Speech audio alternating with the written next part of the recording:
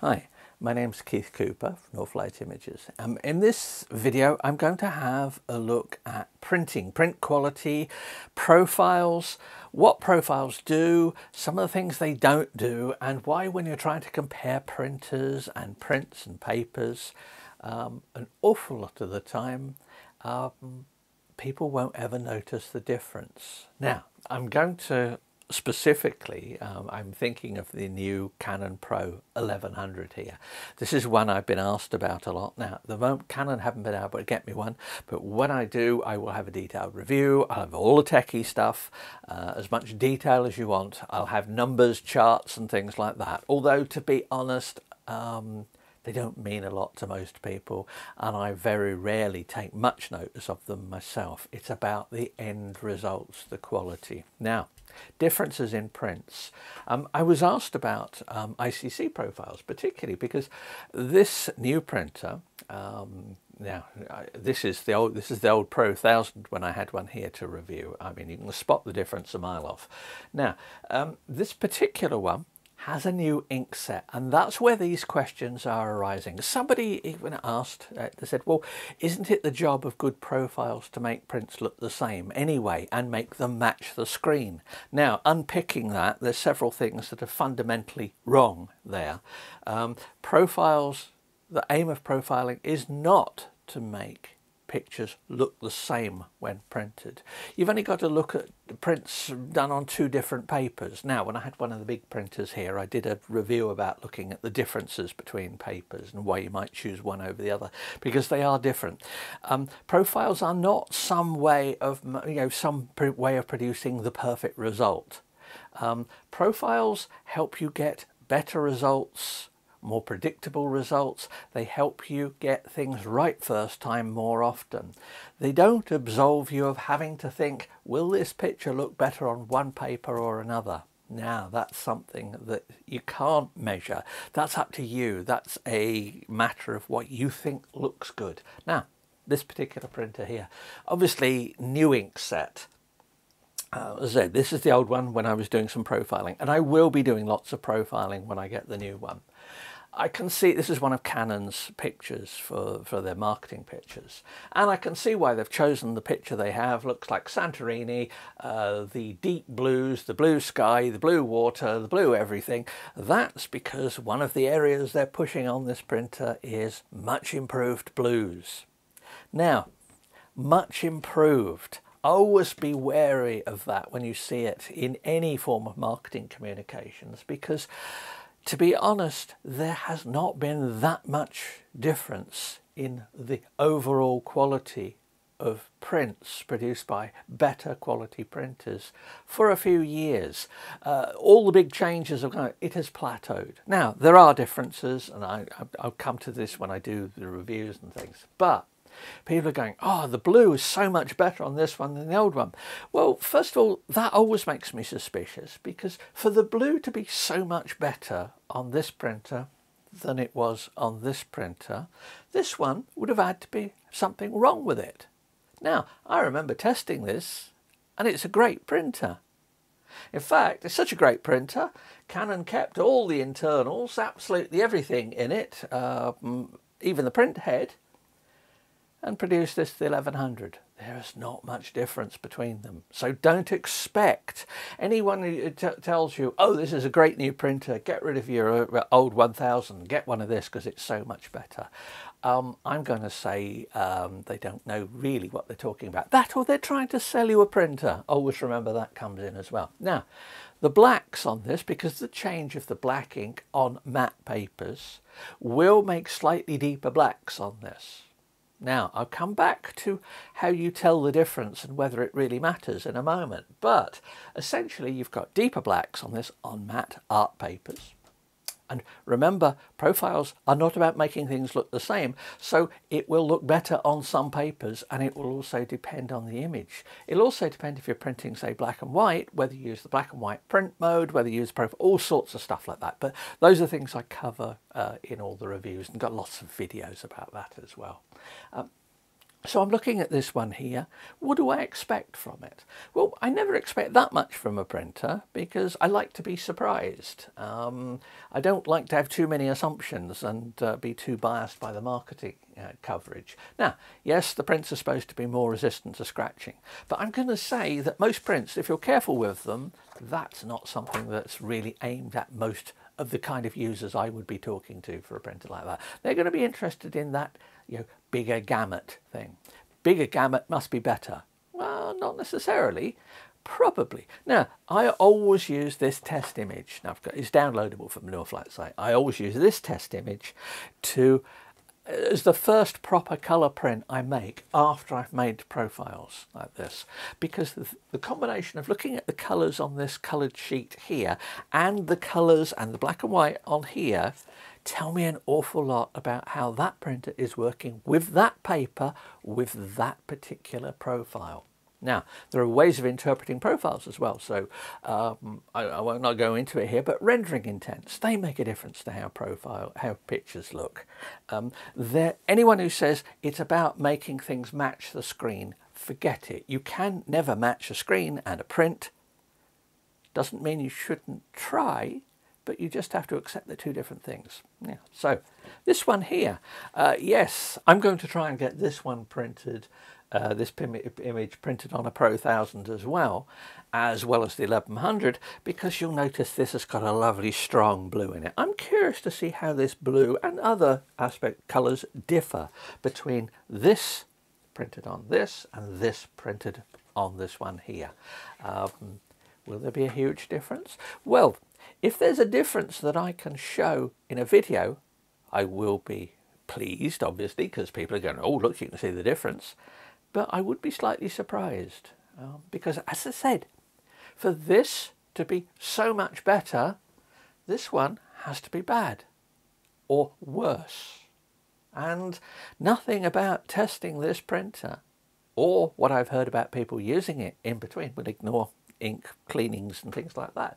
Nothing about the print quality of this particular printer has led me to think, well, there's a problem. There is no problem. Remember, the gains get less and less. So yeah, I don't think I'm going to surprise anyone if I end up saying, if you've got a good one of these and it works great and you're pleased with the results, wait until you need another printer for some reason before you think of something like this. Now, doesn't mean, obviously a new printer is better. If you're coming into printing, this is a solid choice. If you're thinking about getting rid of one of these, why? But anyway, I mentioned using test images, but what about real world images? Can you tell the difference between things? Well, not so much. One of the reasons I use this particular test image is because I'm familiar with it and I can look at it, and I can look at it on other printers. Now, the two examples here were both printed on a basic 4-ink ink tank printer. So from here, looking at these, I can see issues with them. They're not glaring issues because I've used profiles for it, but I can actually see issues with it. And I look at that and yes, this was done on the printer, a cheap 4-ink printer. Not bad, but if I look at the quality of these, that's with them next to each other. What about, let's say I took a better printer. Now, I said recently that if my best choice for a printer, if you were looking to get into printing and were put off by the cost of printing, by the inks and everything, then the Epson 8550 was, in that respect, best printer to get into printing. What about if I printed these on the 8550? Well, they'll look a lot better than this. It's one of the reasons I liked it, because that was a printer that did surprise me slightly.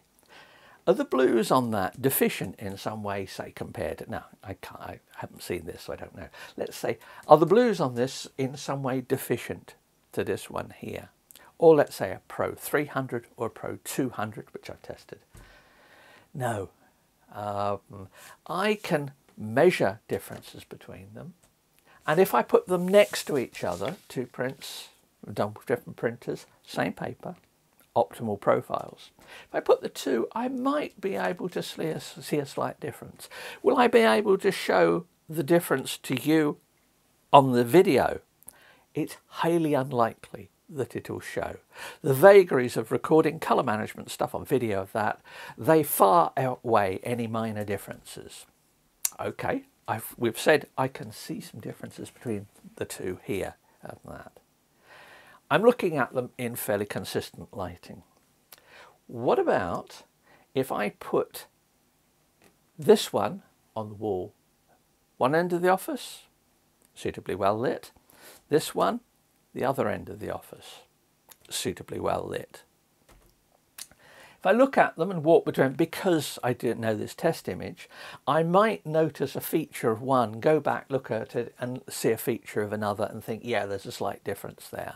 You know, the shadows are blocked up a bit more on one or something like that. I might notice that. Now, that's taking what I freely admit is not a great printer for photo printing. And it needs care if they're separated. So what about if they're two pictures of two different things? All bets are off. Now, if there are deficiencies as I can see in this, I would expect those deficiencies may well appear in the prints. And if I look at them carefully and I decide that I'm comparing them specifically to test printers, I might go, yeah, I think that one down there looks better.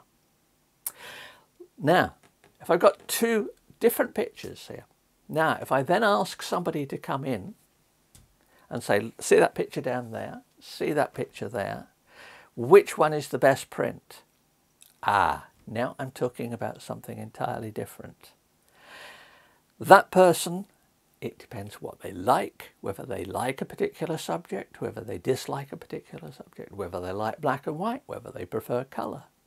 All of a sudden, those differences, which I was having difficulty in seeing at a distance, become almost irrelevant. And that's the key to this, is that in many ways the differences between the better printers and ones where I can't see some obvious slight issues, in many ways the difference between the better printers are already minimal. The differences between better printers are far outweighed by most people's abilities to use those printers. That's not me saying that you should do better, that's admitting what applies to myself as well. The differences I see in prints most of the time are due to how I've edited them or even my basic photography. You know, could the photography be better? Yes. So the ICC profiles, they help smooth that process. They help make it easier to get a better print from an image.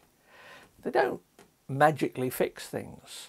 And just because it's a new printer with slightly different inks or more inks, yeah, there will be differences, and I can show charts and things like that. But unless you're doing stuff which relies on accurate tonal reproduction, in which case you'll be doing far more than this, unless you're doing stuff like that, it's about what the actual print looks like. Prints in the real world, print quality, who cares? Most people really do not care. Now, I wouldn't use this printer because, as I said, and the reason I took these two test prints here are because even with me glancing down at here, I can see slight differences between them. Now, I'm not sure putting them here on the video that you'll be able to see any differences. Now, I could take a photograph of the two, process it in such a way so that the differences are visible, and then cut it in. That's an awful lot of trouble to do something which you probably wouldn't even be able to see anyway. So there we have it. Don't get too worried about new inks and slight improvements in black.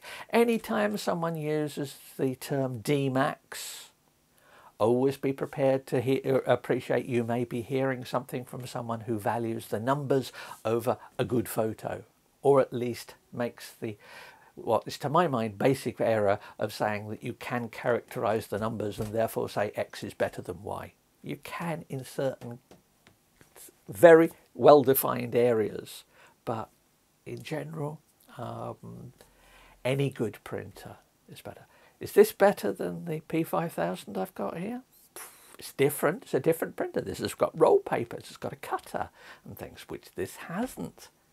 The inks are slightly different.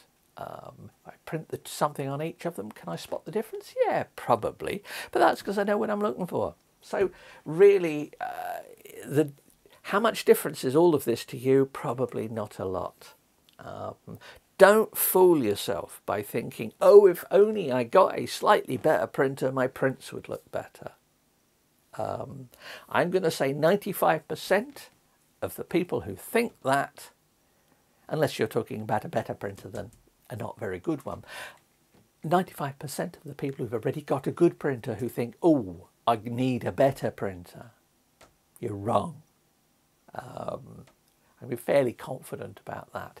It's nothing to do with that. It's not the printer's fault, it's your fault. It's my fault, whatever. So anyway, there you have it. I'm looking forward to getting hold of one of these, obviously. It's been a while coming, and I will do a lot of testing. Please do let me know if you've got any questions about stuff. But, you know, don't get too hung up about it. Go out, take photos, learn to print. Yeah, enjoy it. That's what it's about. Get other people enjoy your photography. Far more important than understanding whether the D-Max on one paper is better than another. Anyway, that's my view. You may disagree, and I know some people will, but, you know, yeah, pick whatever you like. Thanks for watching, and do subscribe, etc. for the channel. Much appreciated. And so if you've got any questions, do let me know, because it's people's questions that give me ideas for these when I've not got a specific thing to look at. So, bye.